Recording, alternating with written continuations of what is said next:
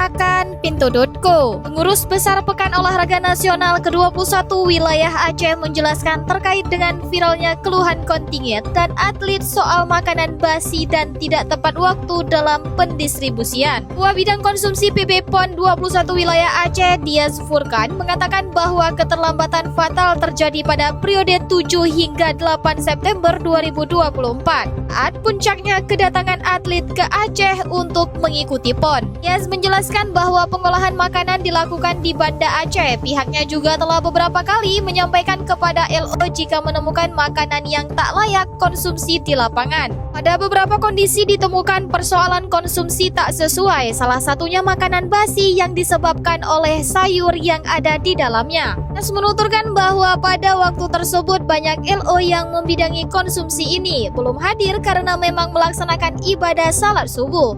Mau tahu berita terupdate tentang Aceh? Baca berita selengkapnya di pinto.co.